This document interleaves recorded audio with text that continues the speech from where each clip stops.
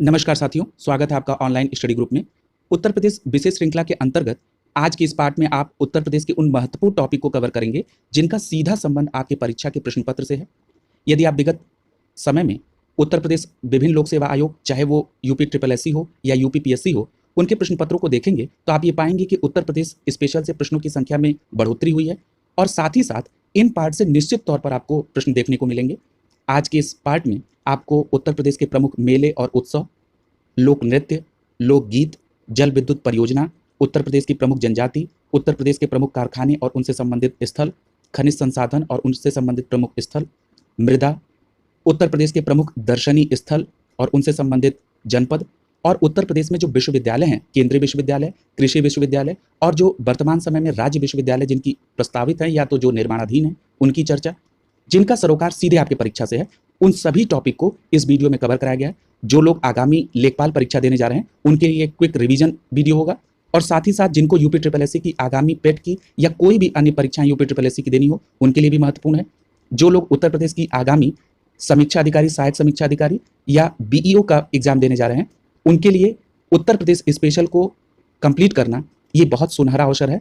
Online study group के द्वारा उत्तर प्रदेश तथ्यसार जो कि घटना चक्र द्वारा प्रकाशित होती है, इसके महत्वपूर्ण टॉपिक को कवर करा दिया गया है, उसकी प्लेलिस्ट बनाई गई है, वहां से आप उसको कंप्लीट कर लें। जिन लोगों को लेखपाल की परीक्षा देनी है वो जल्द से जल्द one district one product, Uttar Pradesh के रामसर स्थल, पश्चिम बिहार, ये सभी वीडियो बनाई जा चुकी हैं। आप उन क्लास को जल्द से जल्द कंप्लीट कर लें, क्विक रिवीजन कर लें, अपने ऊपर विश्वास रखते हुए पेपर में शामिल हो, निश्चित तौर पर आपको सफलता मिलेगी। चलिए शुरू करते हैं उत्तर प्रदेश के प्रमुख मेले और उत्सव से। पहला महोत्सव है लखनऊ महोत्सव और इसका आयोजन लखनऊ में होता है।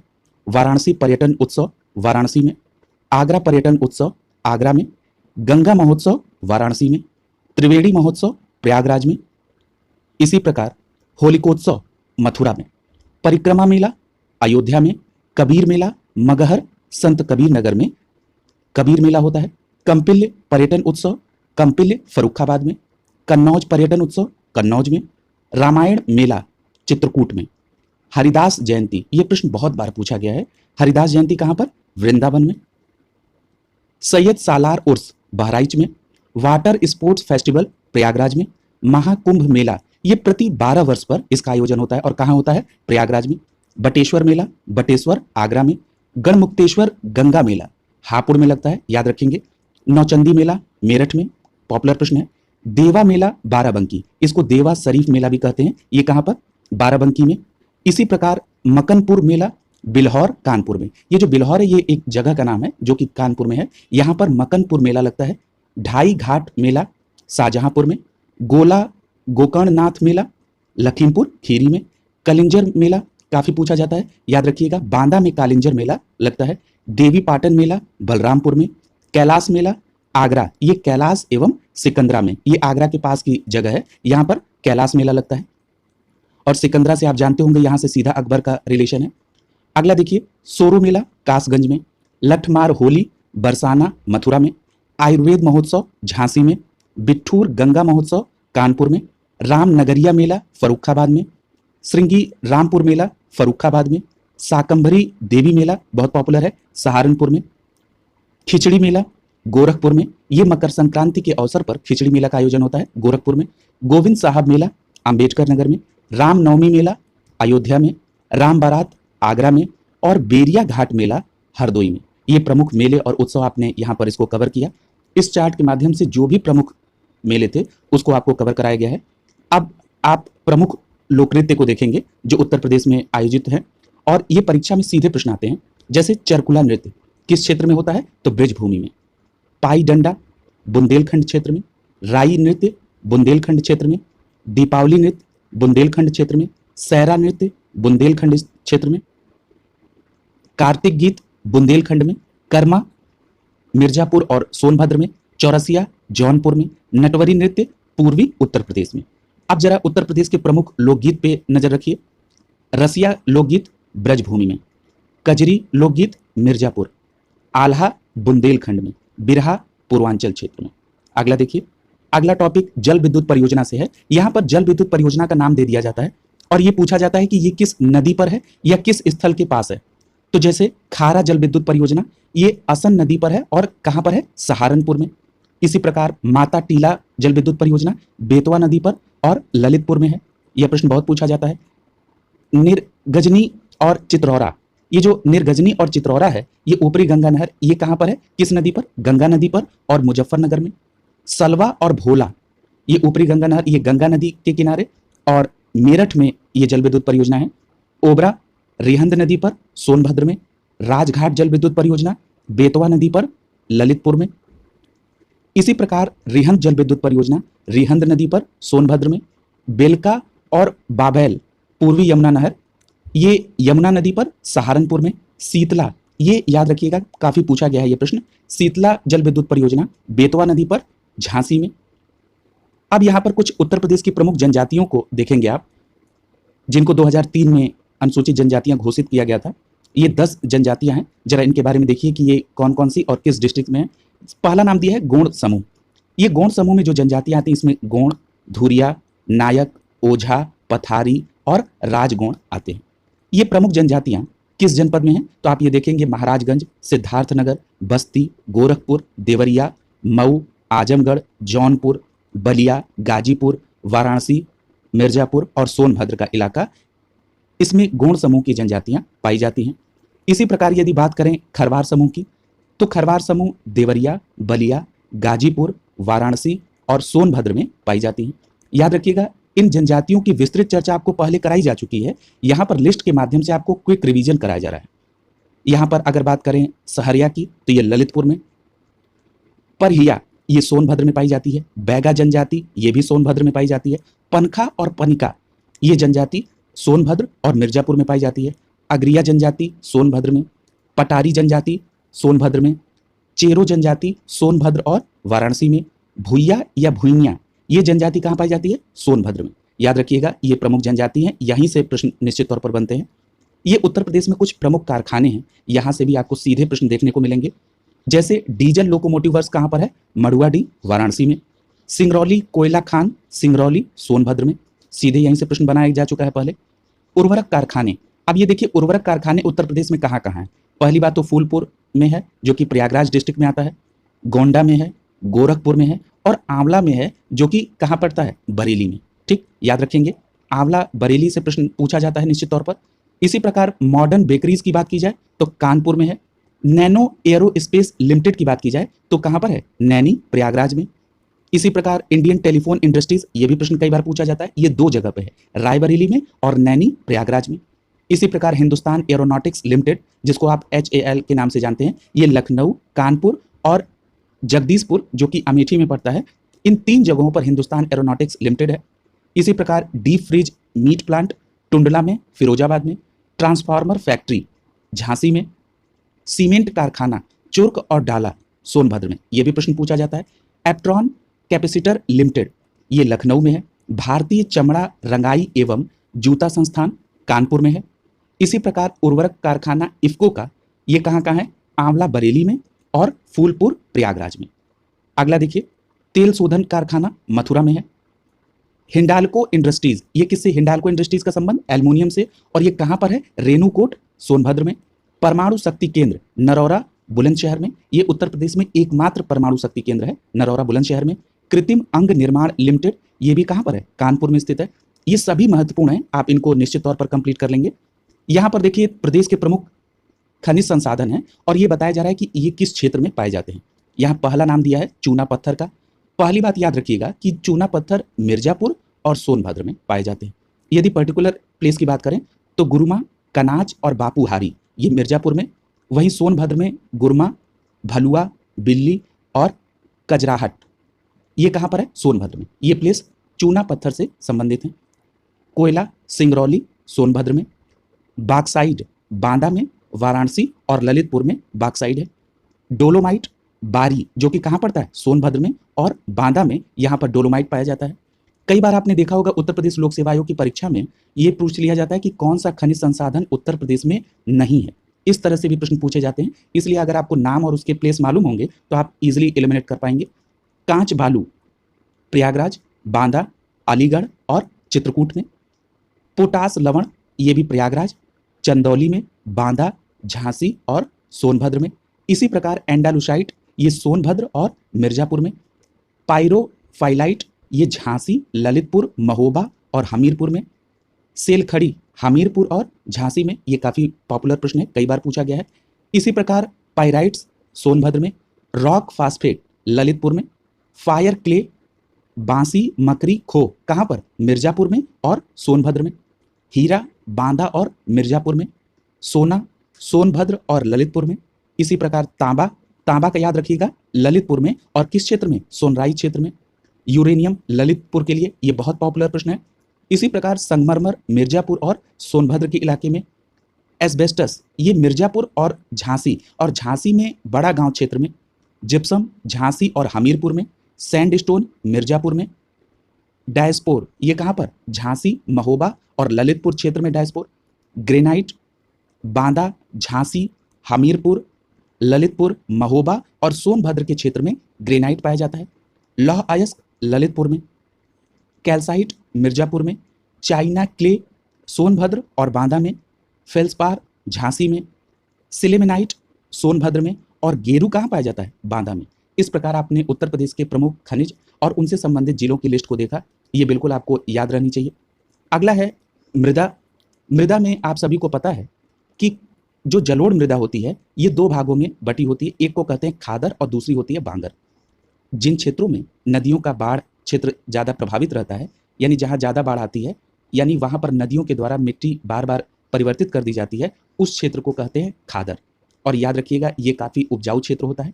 जहाँ पर नदियाँ काफ़ी लंबे समय तक बाढ़ या उनके पानी का आवागमन नहीं हुआ है, उन क्षेत्र में मृदा जो है वो परिवर्तित नहीं हुई है, ऐसी मृदा को बांगर मृदा कहते हैं। ये खादर मृदा के अपेक्षाकृत कम उपजाऊ होती है, इतनी बात याद रखिएगा। इसीलिए आप देख रहे होंगे कि खादर मृदा के सामने नवीन जलोढ़ लिखा हुआ है और बांगर मृदा के सामने पुरानी जलोढ़ लिखा हुआ है।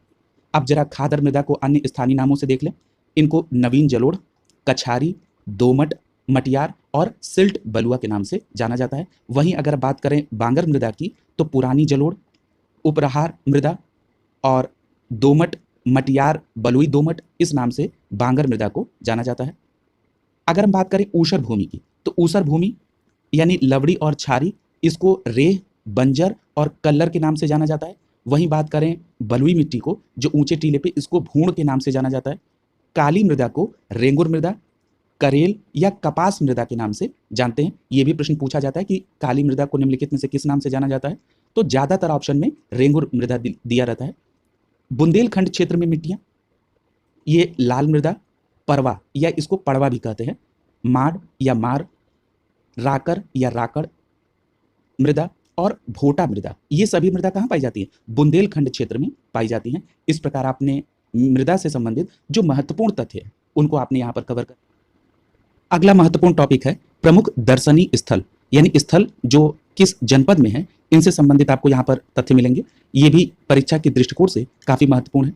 पहला नाम दिया है ताजमहल, ये आगरा जनपद में है। वृंदावन मंदिर मथुरा में है।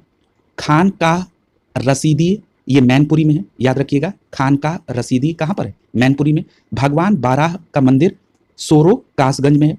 रूमी दरवाजा लखनऊ में है, यह प्रश्न कई बार पूछा गया है। गोला गोकर्णनाथ मंदिर लखीमपुर खीरी में है। चक्रतीर्थ नैमिसारण्य सीतापुर में, यह भी प्रश्न बहुत बार पूछा गया है, याद रखेंगे। आनंद भवन प्रयागराज में है। कड़क शाह बाबा की मजार कहाँ पर है?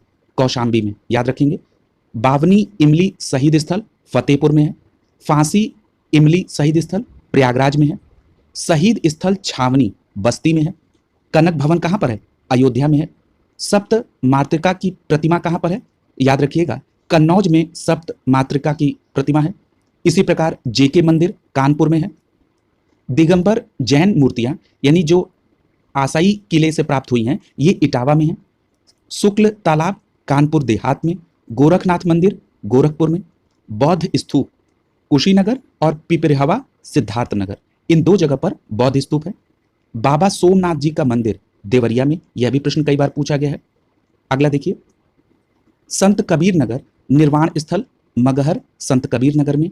माथा कुंवर बुद्ध प्रतिमा कुशीनगर में। दशावतार मंदिर देवगढ़ ललितपुर में है। हरिदेव जी का मंदिर गोवर्धन मथुरा में। लाडली जी यानी राधा मंदिर कहाँ पर है? मथुरा में। भीतर गांव गुप्तकालीन मंदिर ये कानपुर में है, यह प्रश्न कई बार पूछा जा चुका है। भारद्वाज आश्रम और अक्षय वट, ये भी प्रश्न बहुत पूछा जा चुका है। प्रयागराज में भारद्वाज आश्रम और अक्षय वट है। इसी प्रकार शाकंभरी देवी का मंदिर सहारनपुर में। दान तीर्थ हस्तिनापुर कहाँ पर है? मेरठ में। ब्यास टीला और नरसिंह टीला ये जालौन में है। विंध्यवासिनी मंदिर मिर्जापुर में। लोधेश्वर महादेव मंदिर याद रखिएगा बाराबंकी में लोधेश्वर महादेव मंदिर। इसी प्रकार भृगु मंदिर बलिया में है। मुगल घाट फर्रुखाबाद। औघड़नाथ मंदिर मेरठ में। जायसी स्मारक रायबरेली में। अशफाक उल्ला की मजार शाहजहांपुर में। चाइना मंदिर श्रावस्ती में। रानी महल झांसी में। मकरबई मंदिर महोबा में है। कामदगिरी पर्वत ये कहाँ पर है? चित्रकूट में। तो अगर पूछा जाए कि कामदगिरी पर्वत कहाँ पर है तो आपका जवाब कहाँ होगा? चित्रकूट में। कालिंजर दुर्ग बांदा में। रजा लाइब्रेरी रामपुर में, याद रखेंगे, बहुत महत्वपूर्ण ये स्थल है। अगला है सिवली एकेडमी, ये आजमगढ़ में है। देवी पाटन यानी पाटेश्वरी देवी मंदिर कहाँ पर है? बलरामपुर में। पार्वती अरंगा अभ्यारण्य गोंडा में है, ये भी प्रश्न बहुत बार पूछा गया है, याद रखिएगा। यदि पूछा जाए पार्वती अरंगा अभ्यारण्य कहाँ पर है तो गोंडा में है। रेणुकेश्वर महादेव मंदिर सोनभद्र में। सीतामढ़ी धार्मिक स्थल याद रखिएगा भदोई में है सीतामढ़ी धार्मिक स्थल। 84 गुंबद कालपी जालौन में। बेलहा देवी मंदिर याद रखिएगा प्रतापगढ़ में है। एजाज अली हॉल बिजनौर में। शुक्रताल का प्राचीन शिव मंदिर मुजफ्फरनगर में। धानापुर शहीद स्मारक चंदौली में है। लॉर्ड कॉर्नवालिस का मकबरा गाजीपुर में। हिस्ट्री में मॉडर्न हिस्ट्री में के लिहाज से ये काफी महत्वपूर्ण प्रश्न है और कई बार परीक्षाओं में पूछा भी गया है। देवकली मंदिर औरैया में। विक्टोरिया हॉल घंटाघर हरदोई में। तुलसी स्मारक बांदा में। शेख सलीम चिश्ती का मकबरा फतेहपुर सीकरी जो कि आगरा में है, तो याद रखिएगा शेख सलीम चिश्ती का मकबरा फतेहपुर सीकरी। इमामबाड़ा और छतर मंजिल कहाँ पर है? लखनऊ में है। लाल दरवाजा मस्जिद जौनपुर में, याद रखेंगे लाल दरवाजा मस्जिद कहाँ पर है? जौनपुर में स्थित है। अगला देखिए हाजी वारिस अली की दरगाह जिसको देवा शरीफ भी कहते हैं, याद रखिएगा बाराबंकी में। बहुत प्रश्न पूछा जाता है और यह भी पूछा जाता है कि जो देवा शरीफ की दरगाह है ये किससे संबंधित है, तो आपका जवाब क्या होगा? हाजी वारिस अली की। ये कहां पर है? बाराबंकी में है। इसी प्रकार एक और महत्वपूर्ण दरगाह है सैयद सालार मसूद गाजी की दरगाह, यह भी प्रश्न बहुत पूछा जाता है, बहराइच में है। कपिल मुनि आश्रम रामेश्वरम मंदिर और भेद कुंड ये कहां पर है? फर्रुखाबाद। ठीक, तो याद रखेंगे कपिल मुनि आश्रम रामेश्वर मंदिर और भेद कुंड फर्रुखाबाद में। महर्षि दधीच आश्रम सीतापुर में। छेमकली देवी मंदिर, पद्मावती सती मंदिर, जयचंद का किला और हाजी शरीफ दरगाह ये कहां से संबंधित है? कन्नौज से, याद रखेंगे। इसी प्रकार नंदीग्राम यानी भरत कुंड, शीश महल और नागेश्वर नाथ और राम जन्मभूमि का संबंध अयोध्या से है। कनक भवन, मणिपर्वत, वाल्मीकि रामायण भवन अयोध्या से। अभी अयोध्या काफी चर्चा में है इसलिए अयोध्या में स्थित स्थल आपको बिल्कुल याद होना चाहिए। मेरी ये सलाह रहेगी कि इस लिस्ट में जो भी स्थल है वो आपको बिल्कुल याद होनी चाहिए क्योंकि ये लिस्ट बिल्कुल शॉर्ट लिस्ट है क्विक रिवीजन के लिए और जो टू द पॉइंट प्रश्न पूछे जाते हैं वो इस लिस्ट में दिया है, तो इसलिए आप इसको याद रखेंगे। इसी प्रकार अगर आप आगे देखेंगे तो सैयद शाह अब्दुल रज्जाक की दरगाह कहाँ पर है? बाराबंकी में। सैयद शाह अब्दुल रज्जाक की दरगाह बाराबंकी में। महर्षि दुर्वासा और भारद्वाज आश्रम कहाँ पर? प्रयागराज में। यह भी प्रश्न बहुत बार पूछा गया है, वो चाहे यूपीपीएससी हो या यूपी का एग्जाम। अगला है कुंतेश्वर मंदिर बाराबंकी में। माता राजेश्वरी मंदिर कहाँ पर है? उन्नाव में। ये भी बात आप याद रखेंगे। आगे उत्तर प्रदेश के कुछ विश्वविद्यालय जहां से सीधे प्रश्न पूछे जाते हैं उनकी लिस्ट आपके सामने है। ये केंद्रीय विश्वविद्यालय हैं और उनकी स्थापना या उनकी अधिसूचना का वर्ष भी दिया गया है और वो किस जिले में है ये भी दिया गया है। यहां से भी प्रश्न आपको सीधे देखने को मिलेंगे।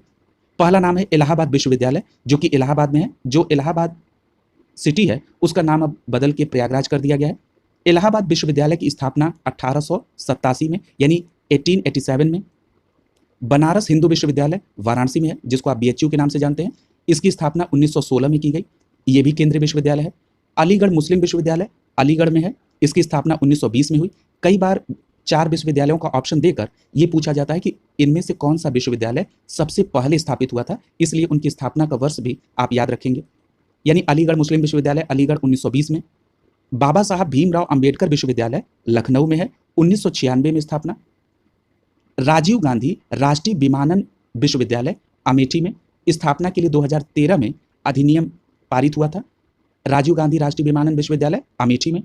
रानी लक्ष्मीबाई केंद्रीय कृषि विश्वविद्यालय ये झांसी में है, 2014 में स्टैब्लिश हुआ। याद रखिएगा ये सभी विश्वविद्यालय केंद्रीय विश्वविद्यालय हैं, यानी ये सेंट्रल यूनिवर्सिटी का दर्जा प्राप्त है। आगे कुछ कृषि विश्वविद्यालय है, ये सभी लोगों के लिए भी इंपॉर्टेंट है और जिन लोगों को लेखपाल की परीक्षा देनी है उनके लिए ये विशेष जरूरी है। चंद्रशेखर आजाद कृषि एवं प्रौद्योगिकी विश्वविद्यालय, कई परीक्षाओं में ये पूछा गया कि ये कहाँ पर है, तो याद रखिएगा कानपुर में चंद्रशेखर आजाद कृषि प्रौद्योगिकी विश्वविद्यालय, स्थापना 1975 में। आचार्य नरेंद्र देव कृषि एवं प्रौद्योगिकी विश्वविद्यालय अयोध्या में है, 1974 में स्टैब्लिश हुआ। अगला है सरदार वल्लभ भाई पटेल कृषि एवं प्रौद्योगिकी विश्वविद्यालय, मेरठ में है, सन 2000 में स्टैब्लिश हुआ। बांदा कृषि विश्वविद्यालय या इसको बांदा कृषि एवं प्रौद्योगिकी विश्वविद्यालय कहा जाता है, ये बांदा में है, स्टैब्लिश हुआ 2010 में। अगला नाम है Sam Higginbottom university of agriculture technology and sciences, ये इलाहाबाद यानी प्रयागराज में है, 2016। याद रखिएगा इसका जो पुराना नाम था वो इलाहाबाद एग्रीकल्चर इंस्टीट्यूट था। वर्ष 2000 में यूजीसी द्वारा डीम्ड विश्वविद्यालय का इसको दर्जा प्राप्त हुआ है। इस प्रकार आपने यहाँ पर कृषि विश्वविद्यालय देखे। यहाँ पर कुछ ऐसे विश्वविद्यालय का जिक्र किया गया है जो या तो निर्माणाधीन है या तो प्रस्तावित राज्य विश्वविद्यालय हैं। ये भी परीक्षा के दृष्टिकोण से काफी इंपॉर्टेंट है क्योंकि यहाँ से भी विगत परीक्षाओं में प्रश्न बने हैं। यदि पूछा जाए कि मां शाकुंभरी विश्वविद्यालय कहाँ पर है, तो आपका सीधा जवाब होना चाहिए सहारनपुर में।